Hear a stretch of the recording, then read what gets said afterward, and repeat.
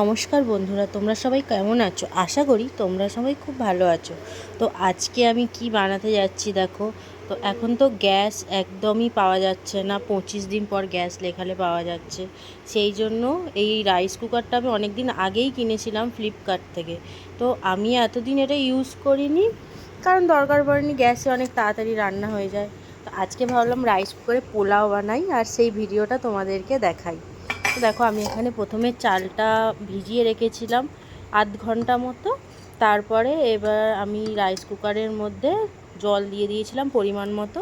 জলটা যখন ফুটে এসেছিলো তখন চাল আর ফুড কালার দিয়ে দিয়েছিলাম, আর চালের মধ্যে পরিমাণ মতো নুন দিয়ে দিয়েছিলাম। এখানে চালটা ফুটছে, এবার চাপা দিয়ে আমি কিছুক্ষণ রেখে দেব। যখন দেখব অনেকটা ঠিকঠাক মতো ফুটে গেছে তখন আমি চালটাকে ফ্যান গালিয়ে নেব। তো বাইরে এখানে প্রচুর বৃষ্টি হচ্ছে আর মেঘও ডাকছে। মেঘের আওয়াজ শুনতে পাচ্ছ কি জানি না, বৃষ্টি পড়ছে দেখাতে পাচ্ছি। এই যে দেখো বিদ্যুৎ চমকাচ্ছে, বাপরে! বৃষ্টি হলো ঠিক আছে, বিদ্যুৎ চমকালে প্রচণ্ড ভয় লাগে। এখানে এই যে ওই ফুটোগুলো দিয়ে ধোঁয়া বেরোচ্ছে, এবারে চালটা মোটামুটি হয়ে এসেছে। আমি আর একবার দেখে নেব চালটা। হ্যাঁ, সেদ্ধ হয়ে গেছে। এবং সেদ্ধ হয়ে যেতে আমি ভাতের ফ্যানটা পুরো গলিয়ে নিয়েছি।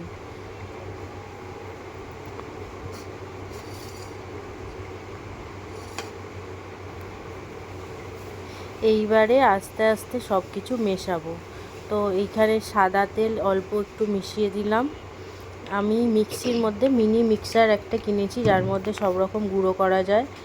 তো ওর মধ্যে চিনি গুঁড়িয়ে নিয়েছিলাম। এবারে ঘি দিয়ে দিলাম, 2 চামচ মতো ঘি দিয়ে দেবেন। যে যতটা, পুরো চাইলে ঘি দিয়ে করতে পারেন, সাদা তেল নাও দিতে পারেন, চাইলে ঘি সাদা তেল দুটো মিশিয়েই করতে পারেন।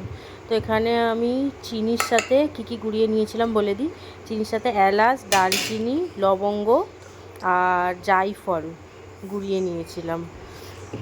তো এই মিক্সারটা আমি কিনেছিলাম কীরকম, আমি ভেবেছিলাম আদা রসুনও মনে হয় বাটা যায়, কিন্তু একদিন আদা রসুন বেটে দেখলাম একদম বাটা যায় না। ড্রাই জিনিস যেগুলো হয় ওইগুলো গুঁড়ো করা যায়, কিন্তু জল জাতীয় জিনিস আদা রসুন পেঁয়াজ এইসব একদমই বাটা যায় না এই মিক্সারটায়। তা এটা অতটাও আমার ভালো লাগেনি, ফেরত দিয়ে দিলেই ভালো হতো, কিন্তু এখন ইউজ করে ফেলেছি আর ফেরত দেওয়া যাবে না। দেখবেন এর মধ্যে থেকে আমি জায়ফলগুলো বেছে বেছে একটু করে ফেলবো। জায়ফলগুলোও ঠিকঠাক গুঁড়ো হয়নি। চিনিটা পুরো মিহি হয়ে গেছে, কিন্তু যেটা অনেক শক্ত জিনিস যদি কিছু হয় তো এই মিক্সারে, মিনি মিক্সারে একদমই গুঁড়ো হয় না। শক্ত জিনিস গুঁড়ো করার জন্য এটা একদমই, এই যে জায়ফলটা হয়নি। অনেকগুলোই এরকম জায়ফল আমি তুলে তুলে ফেলেছি, জায়ফলগুলো গুঁড়ো হয়নি ঠিকঠাক, ডেলা ডেলা হয়ে আছে। কিন্তু ওই দালচিনি, এলাচ, লবঙ্গটা ভালোই গুঁড়ো হয়ে গেছে। এবার আমার মনে হয় এটা একটু কড়াতে নেড়ে নিয়ে গরম করে নিলে মনে হয় ভালো হতো। তো সব রকম মিশিয়ে এবারে নেড়ে চেড়ে নিলাম। দেখুন এখানে আমার একদম পোলাও রেডি হয়ে গেছে। খুব ঝরঝরে হয়েছিল, একটা চালও ভেঙে যায়নি, আর খেতেও অনেক সুন্দর হয়েছিল।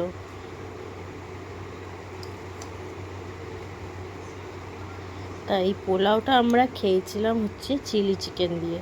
চিলি চিকেনের রেসিপিটা আমি আর একদিন দেখাবো। দেখুন একদম ঝরঝরে হয়েছে। তো আমি হয়ে যাওয়ার পর এটাকে আবার রাইস কুকারের ওপর বসিয়ে চাপা দিয়ে রেখে দেবো। তো টাটা।